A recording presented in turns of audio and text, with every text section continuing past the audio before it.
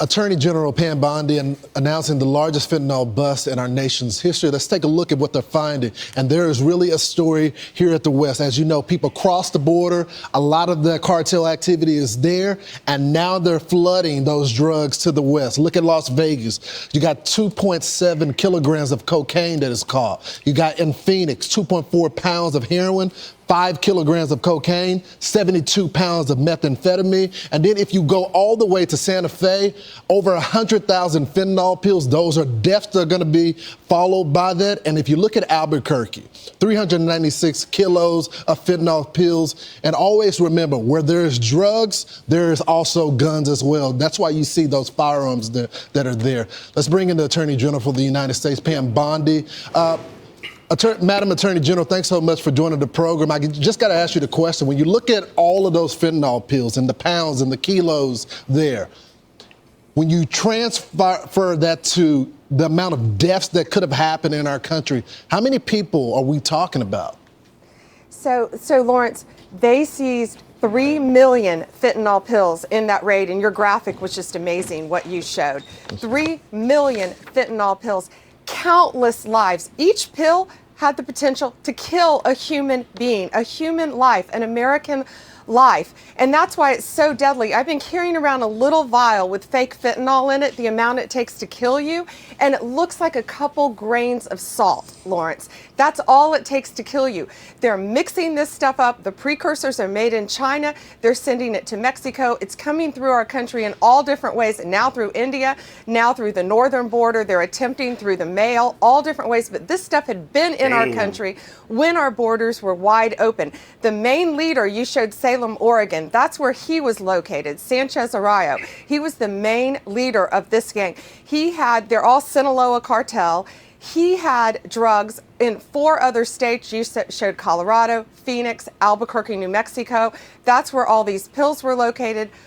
49 firearms and almost $5 million in cash was seized as a result of this raid. That's the worst guy on the bottom right there in the graphic you just showed. But all of those people work for them. 6 of them were illegal aliens, all of them Sinaloa cartel members, worst of the worst, and Donald Trump took them off the streets and saved countless lives. And Madam Attorney General, this is the criminal enterprise up the border, crossing the individuals off. You got the human bodies, human trafficking, the drugs, and the guns as well. It's one enterprise. I want to talk about another investigation that your FBI has opened up into the 764, these predators online. What can you tell us about it? Yeah, and thanks for bringing that up. That's so important, Lawrence. This is where, if I said from instant message to instant nightmare, parents need to monitor what your kids are doing on the internet. Your kids have no right to privacy on the internet. These monsters, we just arrested 2. They were Americans, but they were hiding out in Greece. They're going after our kids on social media platforms, on gaming sites, on any way they're on the internet. They're targeting our children. And what they're doing is they're infiltrating our society. It's the darkest of the dark. They're getting children to self-mutilate. They're getting children to abuse animals and then in turn abuse others. It's a horrific thing, and there are countless victims throughout this country. You're going to hear at 10:45 today, Director Patel and I are making an announcement about a separate child exploitation ring, completely separate from this. But yeah, 764, our FBI, they've been on it. They've been arresting these guys. They've been monitoring it. It's the darkest of the dark. But children are getting recruited on the internet from being on games, social media, any kind of social media platform.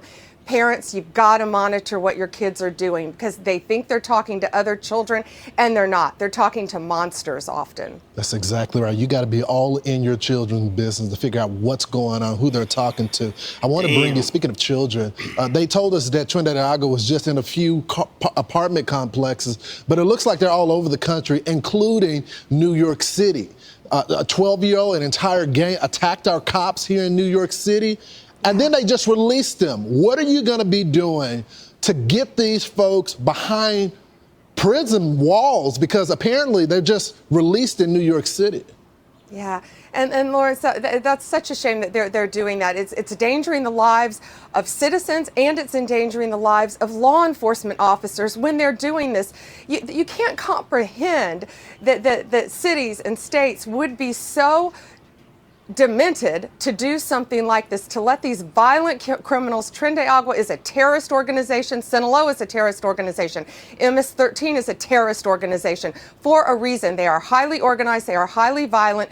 They're targeting Americans. They're killing Americans. They're raping Americans. They're bringing guns into this country, no longer under Donald Trump. And we will bring in any resources. Homeland Security Director Noam has been amazing, working with ICE, Tom Homan, and all of our DEI, FBI agents. Look at this little kid out here. This little kid right here. What the hell is he doing out there? What are any of these idiots doing out there interfering with law enforcement? These type of morons are going to be the reason why they're going to flood these streets with law enforcement.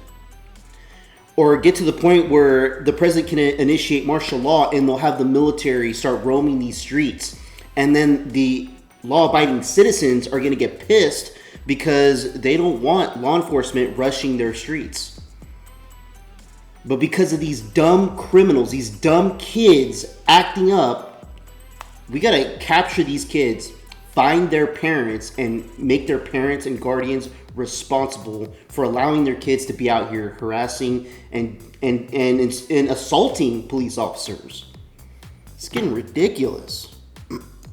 ATF agents, U.S. Marshals, working hand in hand. We will get these people off our streets. Lawrence, public safety is nonstop. And, even later today, in just a few minutes, I'm going back to the office and we're meeting with countless family members, Lawrence, of death row inmates. We're meeting with the family members, the victims, who Joe Biden pardoned. He pardoned 37 of the 40 death row inmates. He commuted their sentences and took them off of death row. These families didn't get any notice. Some found out on Christmas Eve. And I'm meeting today in private with all of these families, dozens of families who want to come and they want to vent. They want to tell their story about what happened, some of the most violent murders you can imagine. And Donald Trump now is seeking the death penalty again on new homicides. We've sought 4 since he's been in office, and there will be more. Well, Madam, but, we have victims all over the country, Lawrence. Yeah, well, I'm just glad that the Department of Justice, the FBI, Homeland Security is starting to focus on the victims again and not the criminals. These people just running our country. I'm glad that the president is sending a strong message. We appreciate your service, Madam Attorney General. Thank you so much. Thank you, Lawrence. Thank you for caring.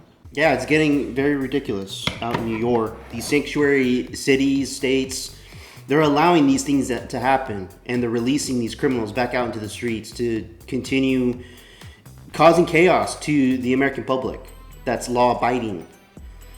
Let me know what you guys think in the comments below. Like and subscribe. I would appreciate it. Till next time, peace out, everybody.